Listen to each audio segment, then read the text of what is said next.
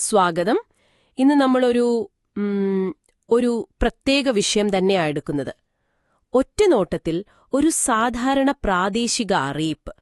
മൂന്നാംകുന്ന് central ജുമാ മസ്ജിദും Taliparamba CH സെന്ററും ചേർന്നുള്ള ഒരു പരിപാടിയുടെ നോട്ടീസ്.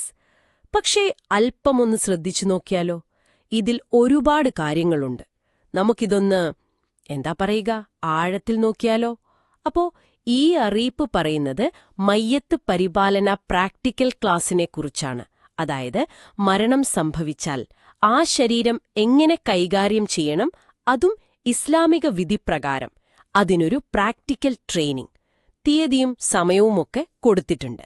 2025 സെപ്റ്റംബർ 20 ശനിയാഴ്ച വൈകുന്നേരം 7 മണിക്ക്.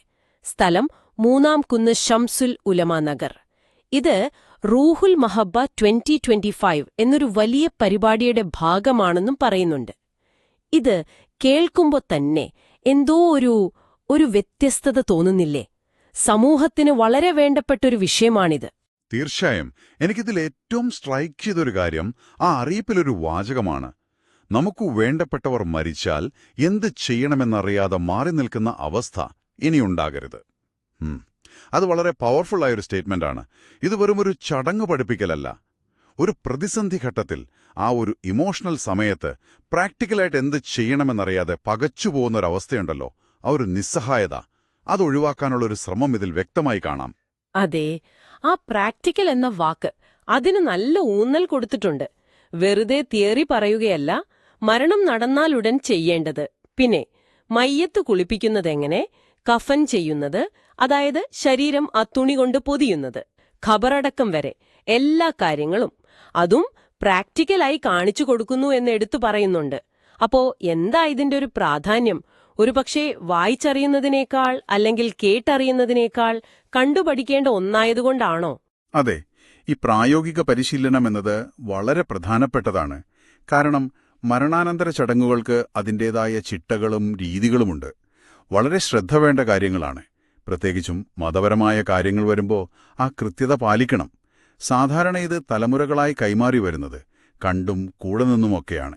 പക്ഷേ ഇപ്പോഴത്തെ ഒരു ജീവിത സാഹചര്യത്തിൽ കുടുംബങ്ങളൊക്കെ ചെറുതായി, ആളുകൾ പല സ്ഥലങ്ങളിലായി, ആ ഒരു സ്വാഭാവികമായ അറിവ് കൈമാറ്റത്തിൽ ചിലപ്പോൾ വിടവുകൾ വരാം. ആ ഒരു സാഹചര്യത്തിലാവാം ഇങ്ങനെ ഒരു ഓർഗനൈസ്ഡായ പ്രാക്ടിക്കൽ ക്ലാസിന്റെ ആവശ്യം വരുന്നത്. ആ പറഞ്ഞ പോയിന്റ് വളരെ ശരിയാണ്. ഈ അറിവ് കൈമാറ്റത്തിലെ വിടവ് പണ്ടത്തെ കൂട്ടുകുടുംബത്തിൽ മുതിർന്നവർ ചെയ്യുന്നത് കണ്ടു പഠിക്കാൻ അവസരമുണ്ടായിരുന്നു. ഇന്നത് കുറവായിരിക്കാം. അപ്പൊ ഇതൊരു സോഷ്യൽ ഗ്യാപ്പ് ഫില്ല് ചെയ്യാനുള്ള ശ്രമം കൂടിയാണെന്ന് പറയാം, അല്ലേ? അതെ. പിന്നെ ഇത് സംഘടിപ്പിക്കുന്നത് ആരാണെന്നും നോക്കണം. മൂന്നാംകുന്ന് സെൻട്രൽ ജുമാ മസ്ജിദ്, ഒരു പള്ളി കമ്മിറ്റി, അതോടൊപ്പം തളിപ്പറമ്പ് CH സെന്ററും, ഒരു സാമൂഹിക സേവന സംഘടന. ഈ ഒരു കൂട്ടായ്മ, ഇതിനെക്കുറിച്ച് എന്താണ് പറയാനുള്ളത്? അത് വളരെ ശ്രദ്ധേയമാണ്. ഒരു മതപരമായ സ്ഥാപനവും പൊതുവെ സോഷ്യൽ സർവീസിലും ചാരിറ്റിയിലുമൊക്കെ ആക്റ്റീവായ ഒരു ഓർഗനൈസേഷനും ഒന്നിക്കുന്നു. ഇത് ചിലപ്പോൾ ഈ വിഷയം ഒരു മതപരമായ ചട്ടക്കൂടിൽ മാത്രം ഒതുങ്ങുന്നില്ല, ഇതൊരു സാമൂഹികാവശ്യം കൂടിയാണെന്ന് രണ്ടു കൂട്ടരും തിരിച്ചറിയുന്നു എന്നതിന്റെ സൂചനയാവാം. പിന്നെ കൂടുതൽ ആളുകളിലേക്കെത്താനും റിസോഴ്സസ് ഷെയർ ചെയ്യാനും ഒക്കെ ഈ സഹകരണം സഹായിക്കും.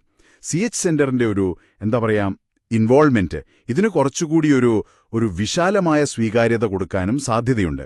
ഒരു പ്രതിസന്ധി ഘട്ടത്തിൽ സമൂഹം ഒന്നിച്ചു നിൽക്കേണ്ടതിന്റെ ഒരു സിംബൽ കൂടിയായിട്ട് ഇതിനെ കാണാം. ശരിയാണ്, ആ സഹകരണം പ്രധാനപ്പെട്ടതാണ്. ഇനി നമ്മൾ നേരത്തെ പറഞ്ഞ വാചകത്തിലേക്ക് ഒന്നുകൂടെ വരാം. അറിയാതെ മാറി നിൽക്കുന്ന അവസ്ഥ. ആ വാക്കുകളിൽ ഒരു വേദനയുണ്ട്. ചിലപ്പോ മുൻ അനുഭവങ്ങളിൽ നിന്നുള്ളൊരു തിരിച്ചറിവ് പോലെ. ഏറ്റവും വേണ്ടപ്പെട്ട ഒരാൾ പോകുമ്പോൾ സ്നേഹമുണ്ട്, സഹായിക്കണമെന്നുണ്ട്. പക്ഷേ എന്ത് ചെയ്യണം, എങ്ങനെ ചെയ്യണമെന്നറിയാത്തതുകൊണ്ട് മാറി നിൽക്കേണ്ടി വരുന്നത്, അത് ഭയങ്കര വിഷമമുള്ള കാര്യമാണ്. അതെ. ആ ഒരു നിസ്സഹായത ഒഴിവാക്കുക, ആ ഒരു കുറ്റബോധം ചിലപ്പോൾ ഉണ്ടാവാം, അതും ഒഴിവാക്കുക. അപ്പോ ഇത് കേവലം ചടങ്ങ് പഠിപ്പിക്കൽ എന്നതിനപ്പുറം വ്യക്തികളെ ആ സമയത്ത് ധൈര്യത്തോടെ ഇടപെടാൻ സജ്ജരാക്കുക എന്ന ലക്ഷ്യം കൂടിയുണ്ടെന്ന് തോന്നുന്നു. തീർച്ചയായും. ആ വാചകം ഒരു വ്യക്തിപരമായ പ്രശ്നം മാത്രമല്ല, ഒരു സാമൂഹിക പ്രശ്നം കൂടിയാണ് ശരിക്കും കാണിക്കുന്നത്.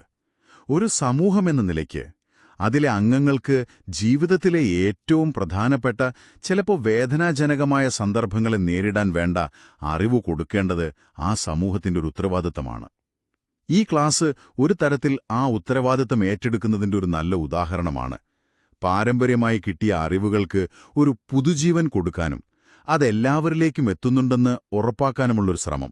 പിന്നെ ഈ റൂഹുൽ മഹബ്ബ 2025 എന്ന വലിയ പരിപാടിയുടെ ഭാഗമാണ് ഇതെന്നും പറയുന്നുണ്ടല്ലോ. റൂഹുൽ മഹബ്ബ, സ്നേഹത്തിന്റെ ആത്മാവ്, കാരുണ്യത്തിന്റെ ആത്മാവ് എന്നൊക്കെ അർത്ഥം വരും.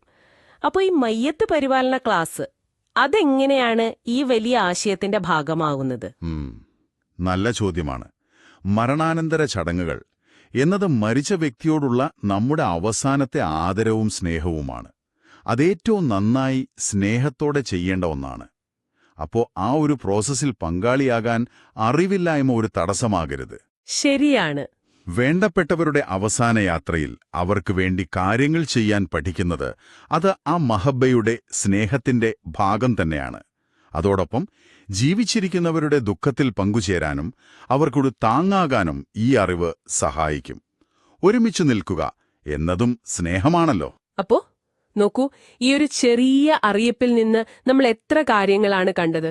ഇതൊരു വെറും ക്ലാസിന്റെ നോട്ടീസല്ല, ഒരു സാമൂഹിക ആവശ്യകതയെക്കുറിച്ചുള്ള തിരിച്ചറിവ്, അതെ, അറിവ് കൈമാറുന്നതിലെ വിടവ് നികത്താനുള്ള ശ്രമം, സ്ഥാപനങ്ങൾ തമ്മിലുള്ള സഹകരണം, വ്യക്തികളെ ശാക്തീകരിക്കാനുള്ള ലക്ഷ്യം, പാരമ്പര്യ അറിവുകളെ പുതിയ കാലത്തേക്ക് എത്തിക്കാനുള്ള വഴി, പിന്നെ സ്നേഹവും കാരുണ്യവും ഒക്കെ എങ്ങനെ പ്രാക്ടിക്കലായി കാണിക്കാം എന്നതിന്റെ ഉദാഹരണം.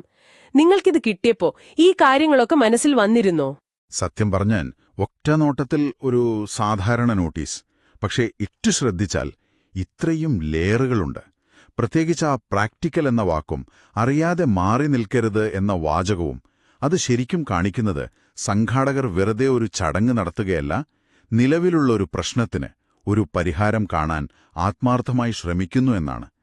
അത് നല്ലൊരു കാര്യമാണ്. കാരണം മരണം ഒരു യാഥാർത്ഥ്യമാണ്.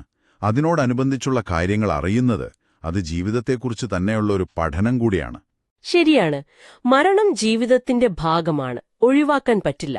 ആ യാഥാർത്ഥ്യത്തെ നേരിടാൻ ഒരു സമൂഹത്തെ ഒരുക്കുന്നതിന്റെ ഒരു ചെറിയ ചിത്രം നമുക്കിതിൽ കാണാൻ പറ്റി. ഇതൊരു പ്രത്യേക മതവിഭാഗത്തിന്റെ ചടങ്ങാണെങ്കിലും ഇതിലെ ആ സാമൂഹിക തലം, അതായത് പ്രതിസന്ധിയിൽ അറിവിലൂടെയും സഹകരണത്തിലൂടെയും താങ്ങാകുക എന്നത് ഒരുപക്ഷെ എല്ലാവർക്കും ബാധകമായ ഒന്നാണ്. അതെ, ഈ അറിയിപ്പ് നോക്കിയപ്പോൾ എന്റെ മനസ്സിൽ വന്ന ഒരു ചിന്തയുണ്ട്.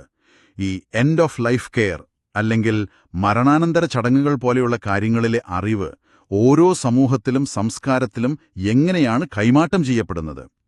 ചിലയിടത്ത് അത് സ്വാഭാവികമായി നടക്കുന്നു, കുടുംബങ്ങളിലൂടെ, കൂട്ടായ്മകളിലൂടെ. മറ്റു ചിലയിടങ്ങളിൽ ഇപ്പം നമ്മൾ കണ്ടതുപോലെ ഒരു ഓർഗനൈസ്ഡായ ശ്രമം ആവശ്യമായി വരുന്നു. എന്തുകൊണ്ടാവും ഈ വ്യത്യാസം? ആധുനിക ജീവിത രീതികൾ, കുടിയേറ്റം, ഇതൊക്കെ ഒരു കാരണമാണോ? നല്ലൊരു ചിന്തയാണത്.